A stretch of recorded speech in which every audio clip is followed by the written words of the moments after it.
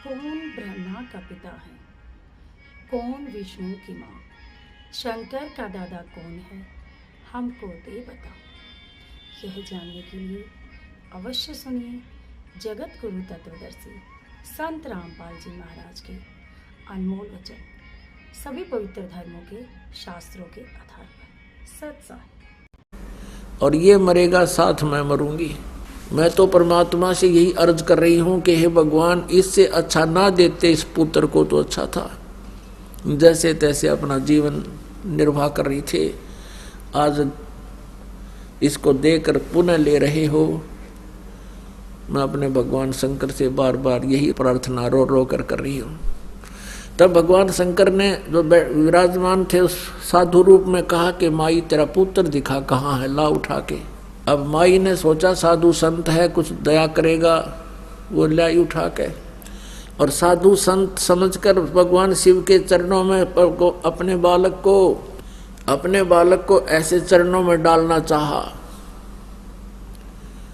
महात्मा के चरणों में कबीर परमेश्वर जी को ऐसे डालना चाहा, लिटा देते हैं चरणों में भगवान गुरुदेव के, साधु संत के। जो ही नीमा ने बच्चे को ऐसे डाला, वहीं से उड़ गए भगवान आकाश में बालक रूप, और कम से कम 6 फुट की ऊंचाई पर अपने आप निराधार रूप में ऐसे सचिर हो गए। तब भगवान शिव जी ने जो संत रूप में खड़े थे, साधु रूप में, उन्होंने ऐसे हाथ किए गोदी में लेने के लिए। परमात्मा उनकी गोदी में आ गए कबीर जी। अब दोनों की नजर में नजर मिली। परमात्मा कबीर देव जी ने उनके अंतःकरण में सारी जो फीड करनी थी वह फीड कर दी। जो कहना और करवाना था शंकर भगवान से, शंकर भगवान ने कहा, माई ये तेरा बेटा मरने वाला नहीं है, इसकी तो आयु का भी नहीं पता ये कितने समय तक जी सकता है, और ये इसकी तो बहुत लंबी आयु है। नो हाथ उठ देख के मालिक ने उसी रेखा दिखा दी जिसे ये जाने हैं अपने हाथ की। कहा, माई ये अभी मरने वाला नहीं है, इसकी तो बहुत लंबी आयु है, और ये है। अब नीमा कहने लगी, ब्राह्मण ए ऋषि, आपके इस औपचारिक उपदेश से मुझे कोई राहत मिलने वाली नहीं है। अगर मुझे शांति प्रदान करनी है तो मेरा बालक दूध पी ले, तब मुझे कुछ शांति मिलेगी। इन औपचारिक बातों से मुझे कुछ भी नहीं होने वाला, मुझे विश्वास नहीं होता। उसी समय कबीर परमेश्वर जी ने शंकर जी से कहा कि इनसे कहो एक कंवारी गाय ले आवें, और उसकी कमर पर आप आशीर्वाद भरा अपना हाथ रख देना, वह दूध देवेगी, और उस दूध को मैं पीऊंगा। और एक कोरा पात्र मंगा लें, कुम्हार कहते हैं, ताज़ा बर्तन, मटका। ऐसा ही किया गया। नीरू को बुलाया, नीरू एक कुंवारी गाय ले आया, और भगवान शंकर ने उसके कमर पर हाथ रख दिया। लंबे लंबे सतन हो गए गाय के, और बिना ब्याई कुंवारी गाय ने दूध थनों से अपने आप दूध सर्वित हो गया, और नीचे वो पात्र रख दिया। पात्र भरते ही वो 3-4 लीटर का किलो का हुआ, अपने आप बंद हो गया। अब परमात्मा ने दूध पिया गट गट, और नीमा की खुशी का कोई ठिकाना नहीं रहा। शंकर भगवान चले गए अपनी पुरी को, शंकरपुरी शिवपुरी को चले गए। अपने आत्माओं, पहले तो नीरू भी और नीमा भी दोनों मिलकर अपना जुलाहे का काम कर लेते थे।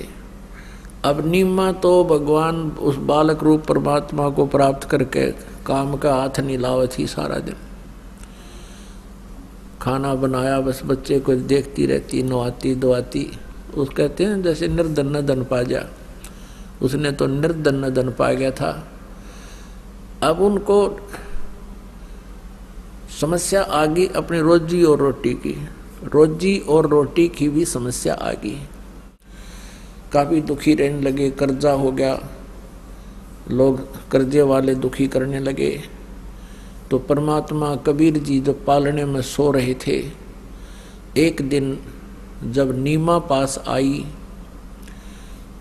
उसने परमात्मा ने अपने पैर से वो कपड़ा उठा दिया जो नीचे बिछौना बिछा रखा था।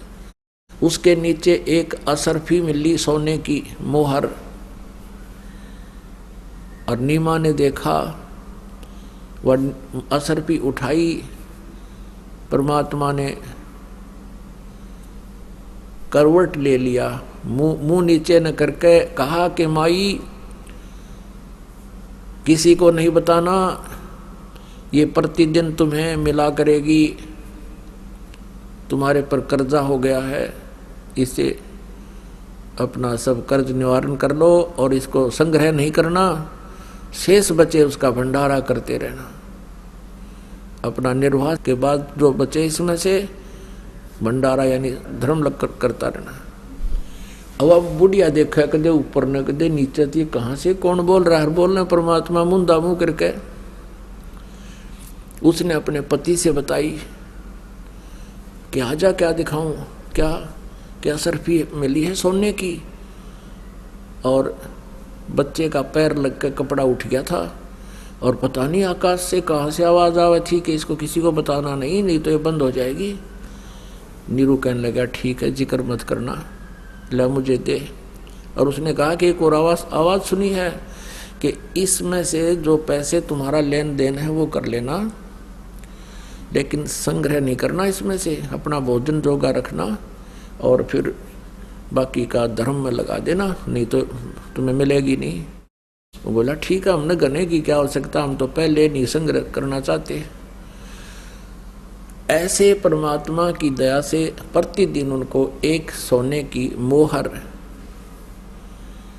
यानी 10 ग्राम सोना, आज तो 25-26 हज़ार का हो रहा है 1 ग्राम, 10 ग्राम तो प्रतिदिन मिले और वो अपना प्रयोग करें। तो पुण्यात्माओं, आप सत्कर्म मानना, परमेश्वर की क्या नहीं कर सकता, सतगुरु जो चावे सो कर ही, 14 कोट दूत जम डर ही, ऊत भूत जम त्रास निवारे, चित्रगुप्त के कागज पाड़े। हम यहाँ भगवान से विश्वास उठा करके हम स्वयं ज्यादा चतुर बन गए, नो सोचे हम जो करेंगे कमाएंगे उसी तभी हमें लाभ होगा।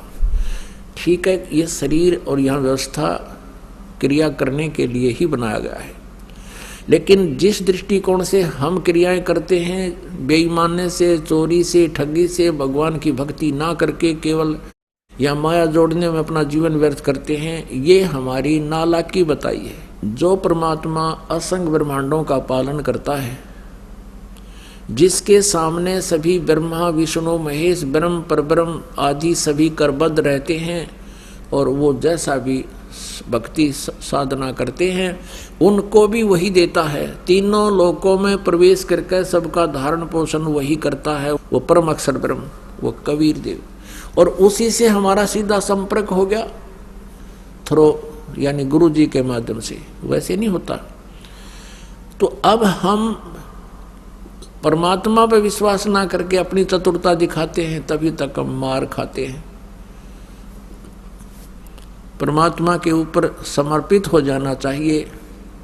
परमात्मा की किसी भी क्रिया पर अविश्वास नहीं होना चाहिए। जैसे अब कोई कहे कि बिना माँ के कोई पैदा नहीं हुआ, हमने कदे देखा ना सुना। अब इस प्रश्न का उत्तर तो बहुत आसानी से दिया जा सकता है, लेकिन आपके समझ में देरता आवेगी। हमने ना देखा ना सुना, तो जो चीज हमने देखी ना सुनी क्या वो मिथ्या हो जाती है? अब जैसे परमात्मा सब कुछ कर सकता है। कई भक्त कहते हैं, कहा करते, जैसे शुरू में डिस्कस होती थी कि ये बात भी विश्वसनीय नहीं है कि कमल के फूल पर और एक बालक कम से कम 2-3 किलो का तो होता है, और वो कमल के फूल पर रुक ही नहीं सकता। बता भाई, कहाँ परमात्मा के बारे में जब तक हमारे मन में ये रहती है कि ऐसा नहीं हो सकता, ऐसा नहीं हो सकता, ऐसा नहीं कर सकता भगवान, तो हम भक्त नहीं हैं। और ये हमारे हृदय से हट जाना चाहिए कि परमात्मा क्या नहीं कर सकता। एक समय ये दास जब इस क्रोथा कांड के कारण इस झूठे केस में जेल में था, वहाँ एक वार्डन था, वार्डन यानी एक पुलिस वाला था, बहुत अच्छा धार्मिक व्यक्ति था। अब हर एक आत्मा को चाह है कि महाराज जी है, चर्चा करा भगवान की, थोड़ी बहुत क्या ज्ञान था। पहले तो ये पूछते आप ये घटना कैसे हुई, हम उनको बताते हुए सच्चाई तो ये है, तो प्रभावित हुए, क्योंकि कोई बालक थोड़ा आज सब जान जाते हैं सच्चाई को। फिर उनको हमने बताया कि कबीर इज गॉड। अब वो सुनते रहे, शायद उसने प्रश्न किया कि हमने तो सुना है कबीर जी तो एक विधवा ब्राह्मणी का पैदा हुए थे, ये उनका जन्म नहीं हुआ था, स्वयं प्रकट हुए थे, जैसा मैंने अभी आपको सुनाया है। और उससे 2-3 दिन पहले जो यह कथा मैंने उसको सुनाई परमात्मा के प्रकट होने की, उससे 2-3 दिन पहले ही वो कह रहा था कि महाराज जी आपने सुना है, कभी देखा है, एक बथुए का पेड़ होता है ना छोटा सा, हमने तो 1.5-2 फुट का मुश्किल से बथुआ देखा खेतों में। उसने बताया कि एक बथुआ हमारे ही एक मित्र पुलिस वाले के घर पे है, और वो बथुआ, वो छत थी जो उस जेल की कोठड़ी की 12-13 फुट की, कहती इससे भी ऊपर, इससे भी बड़ा है, और इतना मोटा उसका तना है, कम से कम भी 6-7 इंच का उसका डाया है, और इतना बड़ा हर 12 मास हरा रहता है, और उसके पत्ते तोड़ तोड़ कर साग बनाते हैं। तो मैंने कहा भी बिल्कुल होगा, जब आप कह रहे हो और मेरे मित्र का बता रहे हो आज भी है तो झूठ नहीं हो सकता। लेकिन हमने तो वो छोटा सा देखा है, बस 1-1.5 फुट का बथुए का पेड़, इससे बड़ा पौधा देखा नहीं। नो बोला सच्ची है, मैं भी सच्ची होगी। फिर मैं जब आप कह रहे हो, मैं तो आप झूठ थोड़े बोलोगे, आपका उद्देश्य क्या झूठ बोलने का। अब 3-4 दिन दास ने जब यह कथा सुनाई परमात्मा के प्रगट होने की कमल के फूल पर, तो वो क्या कहता है जी, आपकी एक भी बात ऐसी को नहीं जो समझ में आ जाए, और ये नहीं लगता कि आप झूठ बोलोगे, आपका उद्देश्य नहीं। माँ भाई कौन सी बात आपके समझ में नहीं आई। मैंने कहा कि एक तो ये नहीं आई कि बिना माँ के कोई पैदा होता है, आपने कभी देखा ना सुना, चलो आपने ना देखा सुना होगा। और दूसरी ये नहीं आई कि कमल के फूल पर एक नवजात शिशु कैसे रुक सकता है। अब मैंने उसको याद दिलाया कि भगत जी आप 3-4 दिन पहले कह रहे थे कि हमारे एक मित्र के यहाँ इतना बड़ा बथुए का पेड़ है, इस बिल्डिंग से भी ऊपर चला जाता, इतना ऊंचा है, और ऐसा मोटा उसका तना है। और मैं ये कहूँ कि ये हो ही नहीं सकता, बथुआ तो इतना होता है, तो क्या आप जो कह रहे थे वो झूठ हो जाएगा। तो उसकी एकदम बुद्धि घूम गई, आपने सही कहा। मैं कहा जब बथुआ इतना बड़ा हो सके और इतना मोटा हो सकता है इतना, तो कम परमात्मा ने कमल के फूल को टोकरे जोड़ बना दे, वो कोई बात हुई या बड़ा हास्या हो। फिर मानना तो नहीं, फिर हास्या ठीक, कहाँ जी बात तो आपकी सही है। कभी बाहर आऊँगा, जब आप बाहर जालोगे, जब नाम लूँगा, वो तो नाम तो भगवान की दया होगी उसी को प्राप्त होता है, लेकिन उसकी संतुष्टि सही होगी कि परमात्मा कुछ भी कर सकता है। क्या वहाँ कमल का फूल नहीं इतना बड़ा हो सकता, जिस पर आदमी बैठ जाए तो बिना झुके। तो आप ऐसा मोटा बथुआ बता लग रहे, उस पर चाहे बालक झूल ले जिस पर आप बता रहे हो, और जो बथुए का आम साइज होता है उस पर एक काग नहीं बैठ सकता। तो वो मान गया इस बात को। तो पुण्यात्माओं, ऐसे हमने जो परमात्मा की महिमा सुनते समय हमारी जो बुद्धि काम ना करे तो ना करने दे, लेकिन परमात्मा पर अविश्वास नहीं होना चाहिए, भगवान ये नहीं कर सकता, वो नहीं कर सकता। एक बार इस दास ने एक ये उपदेश लिया ही था गुरुदेव जी से, सन 1988 की बात है, और 1989 के अंदर एक गैलरी के ऊपर एक पूजा स्थल बना दिया। वो 5.5 बाई 15.5-16 फुट लंबा, 5.5 फुट चौड़ा। उसके आमने सामने एक तो पीछे आंगन की तरफ खिड़की थी, एक गली की तरफ खिड़की थी, झांकी विंडो, और छत के ऊपर एक गेट और एक खिड़की थी।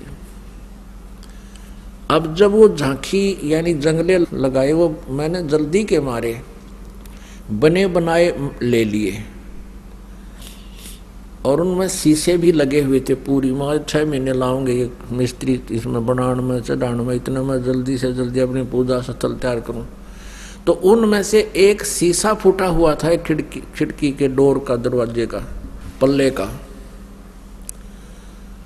हम लोग बना करके प्लस्तर प्लस्तर करा के सारी सेटिंग कर दी, और उस जो टूटा हुआ पल्ला था उसके कपड़ा बांध दिया और अपनी जोत जगानी शुरू कर दी। मैंने तो सा चढ़ रहा था कब ये पूजा स्थल बना शुरू करूं फटाफट। 1 वर्ष के बाद उसमें क्या किया, वो परमात्मा की ढिलाई थी, वो शीशा नहीं चढ़वा सका। उस खिड़की के एक पल्ले का शीशा टूटा हुआ था, ग्लास, वो नहीं चढ़वा सका। उसके ना चढ़वाने का कारण ये नहीं था कि वो पैसे का अभाव था, नहीं, वो उधर जानने नहीं गया, काम चल रहा था और पूजा में ज़्यादा ध्यान, कभी सत्संगों में जाना, गुरुदेव के दर्शन करना, ऐसे लगा रहता था, बिजी शेड्यूल हो गया था। तो कुछ दिनों के बाद इस दास पर कृपा हुई कि जैसे ये भक्ति बोध है, ये पुस्तक जो आप नित्यनेम के लिए प्रयोग करते हो, ऐसी ये पुस्तक बनवाई 5000, और वो रख ली वहाँ पर एक तख्त डाल कर पूजा स्थल में कि गुरुजी आएंगे, उनको गुरुदेव को ये पुस्तक दे दूंगा, भेंट करूंगा, और वो आगे भक्तों को फ्री देते थे, जिनको नाम उपदेश देते थे। तो क्या हुआ, कुछ दिन के बाद उस खिड़की के यानी झांकी के जंगले का कपड़ा बांध रखा था, शीशा टूटा हुआ था, ग्लास, उसको काट कर चूहे घुस के उन पुस्तकों को काटने लगे। तो फिर मुझे ध्यान आया, भाई ये चूहे किसका गुस्से, उन्होंने तो कपड़ा काट रखा। फिर मैंने सोचा कि एक ये शीशा चढ़वाऊं किसी से, तो एक शीशा चढ़ाने के लिए कोई मिस्त्री आने तैयार नहीं, 2-3 पूछे, फिर देखेंगे, अभी टाइम नहीं है, बड़ा काम होता तो चल पड़ते। माँ भाई बड़ा साका होया। फिर मैंने सोचा कि इसके बाहर से लोहे की जाली लगवा देते, मच्छरों वाली, जैसे मच्छरों से बचाव के लिए लोहे की जाली लगाते, तारों वाली। मैं नाप ले गया उनका, उसका नाप ले लिया। ऊंची तो वो लगभग 4.5 फुट थी, 4 फुट या 5 फुट, और चौड़ी थी 2 फुट 8 इंच। अब मैंने वो लिखा हुआ साइज उस लोहे वाली दुकान के मालिक को दे दिया, भाई ये जो इसमें लिखा है ये साइज काट दे, और 2 पीस। मैं कुछ और सामान लेकर आता हूँ दुकान से, आगे कोई और सामान लेना था, और सामान लेकर मैं वापस आया तो उसके नौकर ने काट कर वह जाली पैक कर रखी लोहे की। मैंने उसकी पेमेंट करी, उठा कर स्कूटर पर रखा, घर ले आया। घर ला कर मैंने उनको लगवाना चाहा। एक तो बड़ा लड़का था 12-13 वर्ष की उम्र का, एक किराएदार था, वहाँ अपने मकान पर रहता था, बिहार का, वो वहीं किसी फैक्ट्री में नौकरी करता था। उन दोनों से कहा भी तुम ऐसा करो, वो उस लड़के का मित्र था, वो सहयोग कर देता था। ऐसे कहा कि इन जाली को फिट कर दो चारों तरफ, और ये कील मार दो, इसमें कील ला रखी थी। लगाने लगे तो क्या देखा कि वो जो चौड़ाई के अंदर 8 इंच छोटी थी। अब महसूस हुआ कि उस काटने वाले नौकर ने 2 फुट 8 की बजाय 2 फुट चौड़ी काट दी। ऊपर का साइज वो 5 फुट था या 4 फुट सही था, वो नौका नौक पूरा काट दिया, वो 8 इंच छोटी काट दी। तो उन्होंने मुझे कहा कि, लड़के ने कहा कि पापा जी ये जाली तो छोटी है। मैं बोला वह छोटी नहीं हो सकती। मैं गया ऊपर, जाकर देखा, पूरा साइज लगा कर देखा, 8 इंच छोटी। फिर न्यू करके देखी, वो न्यू तो वैसे ही आउट साइज होगी। मैंने सोचा बड़ा चक्कर पड़ाई, माप के ले गया रियो। फिर मैंने सोचा भी उसको कहूँगा, दुकानदार वो मेरे सिर होगा कि तुम इतना ही लिख के दे गया था, मैं तो सही काटी है, माँ भी छोड़ इस चक्कर में। मैंने उनसे कहा कि तुम ऐसे करो, जब तो उठा कर डाल दी, उस दिन नहीं लाए थे हम, पहले ही ला कर रखी थी, तुरंत ही वो जाली लगानी थी, फिर वो रख दी, ठा के रख दे, इसने एक तरफ रख दो। वो ऐसे इकट्ठी करके स्टोर में फेंक दी। अब ये फिर दास आपको बता रहा है कि 1 साल के बाद ये पुस्तक बनवाई और वो शीशा पल्ला टूटा हुआ था, उसमें से चूहे घुसकर काटने लगे। तब मुझे वो शीशा लगवाना चाहा तो कुछ आनाकानी करने लगे, अभी टाइम नहीं है, फिर देखेंगे। एक शीशे के लिए नहीं इतनी दूर जाया जाता, क्योंकि शहर से काफ़ी दूर था हमारा जो घर था, रोहतक के अंदर ही था, कॉलोनी सी बनाई थी, नई सी। तो फिर मेरे दिमाग में आ रहा वो जाली है, वो कम से कम दोनों को एक पर लगवा देते हैं। उन दोनों बच्चों से फिर कहा भी ऐसा करो, तुम उन दोनों जालियों को इस एक झांकी के ऊपर एक जंगले पर लगा दो, ऊपर नीचे ओवरलैप करके, कम से कम ये पुस्तक तो बचेंगी, चूहे ना काटेंगे। उन दोनों बच्चों को समझाकर मैं चला गया। शाम को आया मैं 5, साढ़े 5, 6 बजे सी।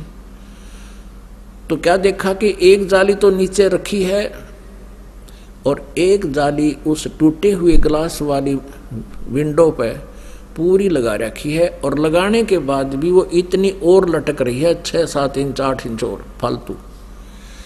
मैंने उनकी मम्मी से पूछा कि ये जाली वो लगा के बच्चे एक जाली तो लगा दी। मैंने कहा ये और लाए हैं या क्या किया इन्होंने? ना वही जाली मैंने उतार कर दी थी स्टोर से, और वो कुछ समय बीत गया था, उसके ऊपर एक वर्षा का सीजन बीत गया था, और उनका जंग लगा हुआ न्यो का न्यो पुरानी टाइप की। मेरा विश्वास नहीं हो कि वो तो छोटी थी। मैंने वो बुलाए दोनों बच्चे, उनको याद दिला कि ये तुम और लाए हो क्या, वही जाली है। अब वो लड़का बड़े वाला बहुत छोटा था, वो कोई ऐसी बुद्धि वैसे भी नहीं होती बालक में, ले आवे ना ले आवे। वो कहने लगे जी वही जाली है। मैंने कहा जब तुम पहले लगाओ थे जाली, आज से साल भर पहले, तब ये छोटी थी या कहाँ छोटी थी? 8-9 इंच छोटी थी, कहाँ छोटी? वही है कि वही जाली है। और हमने कहीं जाली लवा भी ना रखी थी, शायद और कोई पीस पड़ा हो सपेर। अब परमात्मा जब जीव को विश्वास दिलाता है, इस मन के सब शिकंजों को काट देता है, अगरम मगरम खत्म कर देता है, जिस पर मेर करता है। वो इस दास के साथ की। हम ठीक है भगवान को मानने वाले थे, चाह थी भगवान की, लेकिन ऐसे करिश्मे देखे ना सुने। सुने थे लेकिन देखे नहीं। जैसे द्रौपदी की साड़ी बढ़ा दी थी भगवान ने, विश्वास होता था, लेकिन कोई कह देता था कि नहीं साड़ी बढ़ा कर रख दे, ये तो वैसे ही महिमा भगवान की गा रखी है, तो हम वो भी मान लेते थे। फिर भी भगवान में रुचि घनी थी। अब मैंने अपने लड़के से कहा मेरे सिर पर हाथ रख और कबीर साहब की कसम खा तू और नहीं लाए तुम। इसने कहा पापा भगवान की कसम मैं बिल्कुल नहीं लाया, वो ही है नौकी ने मेरी मां उतार कर डाली थी। अब भाई अब बालक तो ना समझे, पर मेरा समझ में आ गया सारी कहानी ये कैसे हुआ। दूसरी देखी कि मैं दूसरी और लगाओ, फिर तो दूसरी लगाई, वह भी पूरी पाई, और 6 इंच फालतू, 8 इंच बढ़कर 6 इंच और सपेर ऐसे लटक रही थी। बोलो सतगुरुदेव। अपने आत्माओं ये ऐसे दृष्टांत है। उसके बाद इस दास का जीवन बदल दिया उस घटना ने। अब कोई नो का भगवान ये नहीं कर सकता, हम नहीं मान सकते, भगवान जो चाहे सो कर सकते हैं। द्रौपदी की साड़ी बढ़ाई थी एक कपड़ा, और परमात्मा ने इस दास की लोहे की जाली बढ़ा दी। उसके बाद डंडोरा पीटना शुरू कर दिया, परमात्मा की महिमा का गुणगान शुरू कर दिया। अपनात्माओं जैसे ये बुद्धि भ्रष्ट ऋषि हुए हैं, महर्षि दानंद जैसे नकली, इन्होंने भट्ठा बैठा दिया भगवान की महिमा का। इनकी क्या सिद्धांत है? सत्यार प्रकाश में लिखा, किसी ने प्रश्न किया कि क्या ये सच्ची बात है कि भगवान ने नरसिंह जी की हुंडी कैश कर दी थी? वो कहता नहीं, ये बकवास है सारी, भगवान कुछ नहीं कर सकता, किसी सेठ ने दे दिए होंगे 500 रुपये। तो इसका मतलब उनके सिद्धांत अनुसार ऐसा है कि भगवान तो अपाइज है, कुछ नहीं कर सकता, ना द्रौपदी की साड़ी बढ़ा सकता और ना ही नरसिंह जी की हुंडी दे सकता। अब परमात्मा की दया थी, उसी हमारे कम मकान पर एक किराए पर रहा करता था। आर्य समाज महर्षि दानंद के विचारों से प्रभावित एक अच्छा समझदार सा व्यक्ति लगा था। वो पहले था टीचर था, वो प्राइमरी क्लास का हेडमास्टर, 5वीं कक्षा का हेडमास्टर, रिटायर्ड होने हो रहा था और शास्त्री था। उससे चर्चा होती थी भगवान की।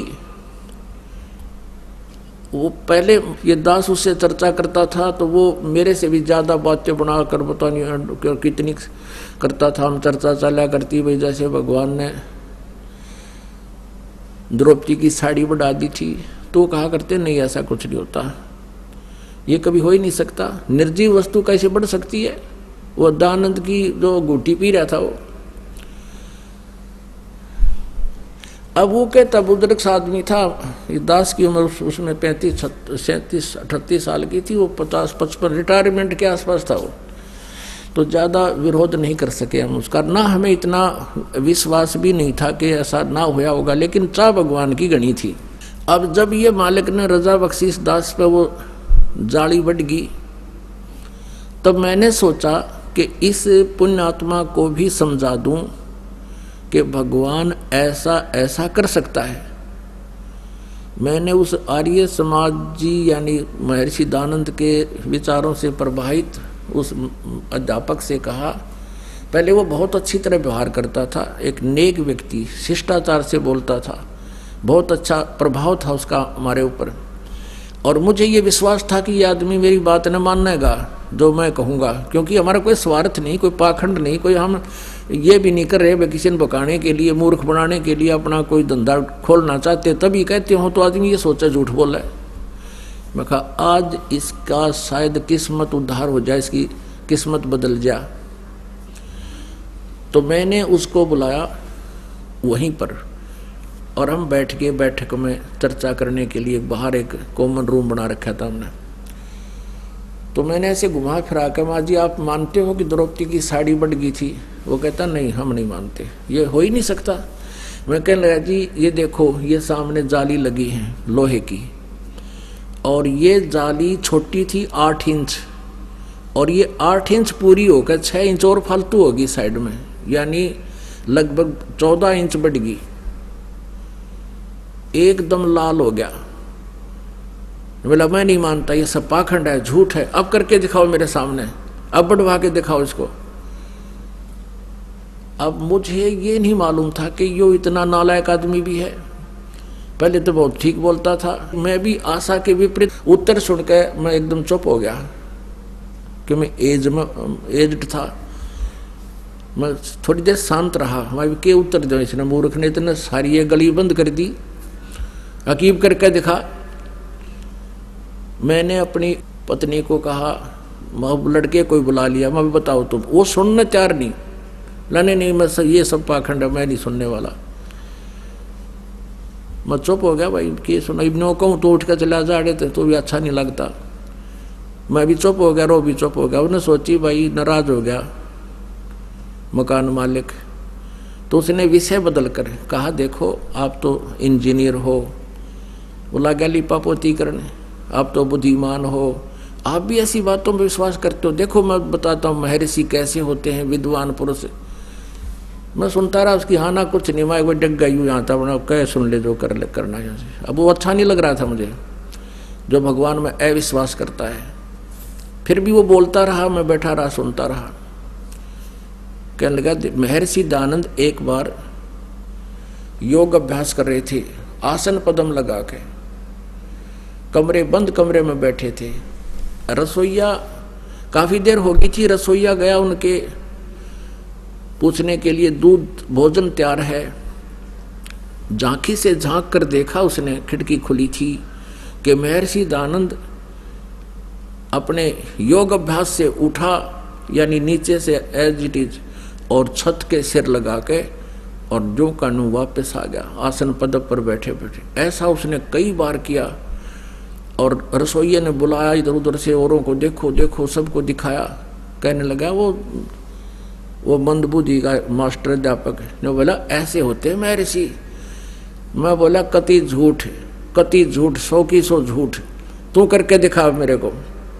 जब मानो और डेग में हो गया है। ने बोला तू पहले वाला रामपाल ना रहा अईब को नहीं रहा मैं पहले वाला में। तो मतलब तुम्हारे जैसे मूर्खा ही सारी मान्या करता मैं। अब कैसे मानूंगा मेरी आँखों के सामने? पाखड़ जब हो, जब मैं कुछ इस धंधा खोल रहा हूँ, कोई इसके पीछे कोई पैसे लेता हूँ, दुनिया ने मूर्ख बना रहा हूँ, तेरी बुद्धि कहाँ जा रही है? माउट बड़ा आदमी हो गए तुम। मांडा नहीं पर उठ कर चला गया, ऐसी गुट्टी पै रखी न दानंदर के से अज्ञानियों ने। अब परमात्मा कहते हैं गुरुआ गांव बिगाड़े संतो, गुरुआ गांव बिगाड़े। और ऐसे कर्म जीव कहलाजिए, ईव जड़े नहीं जाड़े। जो भगवान की क्रियाओं पर अविश्वास रखता है वो भक्ति के योग प्राणी नहीं है, खाम खांडले ढो रहा है। जो ये सोचता है ऐसा नहीं हो सकता, जो ये सोचता है ऐसा नहीं हो सकता है, तो परमात्मा प्राप्ति असंग जन्म नहीं कर सकता। पुण्यात्माओं परमात्मा पर पूर्ण विश्वास करना पड़ता है। एक संत रामपाल जी महाराज से जुड़े रहने के लिए God is one, Kabir is God channel को सब्सक्राइब करें। सत साहिब, सत साहिब।